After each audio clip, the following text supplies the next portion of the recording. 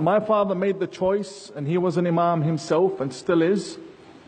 He made the choice to come to Australia because it was a non-Muslim country. Now, if we knew that after 30 years we're going to have burqas running around and mosques being erected in every corner and people proposing Sharia law against democracy in this country, we wouldn't have come. I believe that the entire religion needs a review. I believe that there are certain books that need to be banned from this country. There are books that are regarded the second book after the Quran. And all mainstream Muslims believe in this book. The Bukhari, a very famous book. It's present in at least the majority of Muslim homes, at least. It's everywhere. It's put on the shelf right beside the Quran. And every act of terrorism is taught from that book. And that book is widely available and sold and published in Australia.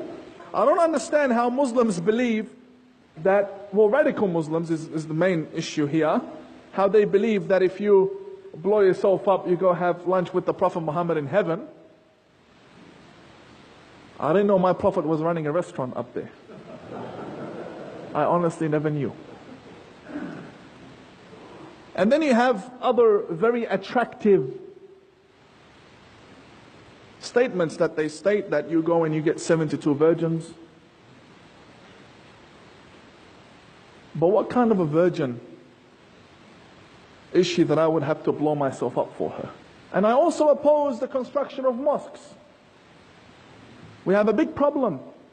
Changing this country is something I am against. You can have one mosque in Adelaide, which is the oldest mosque, and then you can have centers. You can have educational centers. You can rent out university theaters, community centers.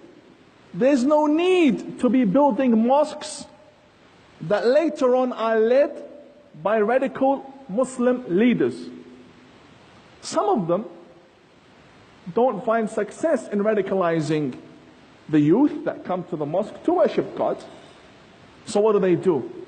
They ride their cars, they drive their cars with their boats from Western Australia, as you may have heard, all the way to Queensland, because they want to join ISIS through Malaysia.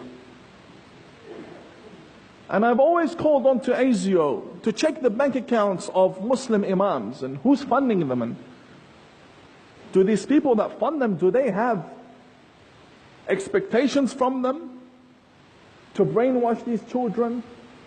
What's going on with genital mutilation and child brides, and what's happening in this country? Now, I know there are some politicians in recent times that have stood up and they're very against Islam. And they want to tell people that Islam is a very dangerous religion. Why do they say that now? I don't oppose these politicians because I know exactly what filth is in my religion. I know exactly what's going on, which is why I don't speak out against them. I'm against generalizing because there are good Muslims. But the main message behind it, I agree with. This will get me in trouble. I've never said this before, but Palestine is Jewish land. I mean, come on, who doesn't know this? Jesus came to Jerusalem. He came to the Israelites who were there. It's Jewish land. It's about time the female politicians stop dressing in headscarves when they go to Muslim countries.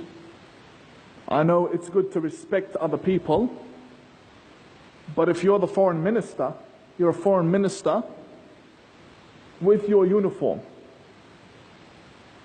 and your badge, and if they don't respect you as a woman to come and dress in what you like to dress, then that's a country we don't want their embassy, we don't want anything to do with them.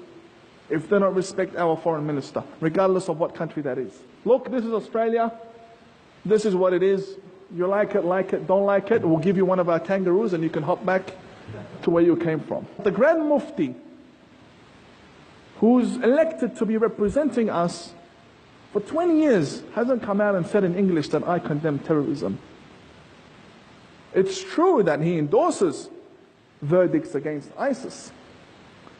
But the problem is, Australia needs to stand against ISIS. The Muslim community here needs a verdict against ISIS. Not someone in America and you giving them the thumbs up, good on you. No, we need to take a stand against ISIS because we are worthy of that.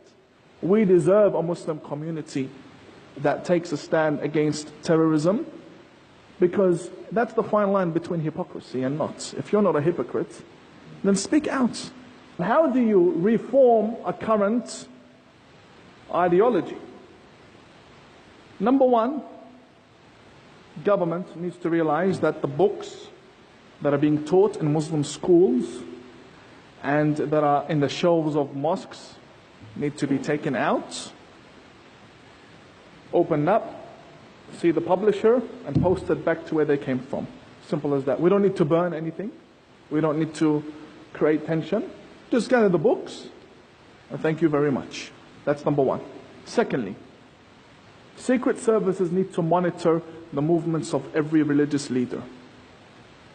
The lectures, if they're in Arabic, what are they saying? The examples they use. Do they have private lessons? Money in the bank accounts? How many wives do they have? This is very important. Many people don't realize this. Muslims have more than one wife in this country. But we need to come to one common understanding that it's either we follow the law of the land or we don't. If we do, then it's one wife. If we don't, then go back to where you came from and have as many wives as you like. In Australia, where there's freedom of speech and where there's democracy, many Muslims do not find it safe to speak out against extremism in their country. At all. And when I say they're afraid, they're not afraid of isolation, they're afraid of death. And I've been very close to that. And God saved me many times.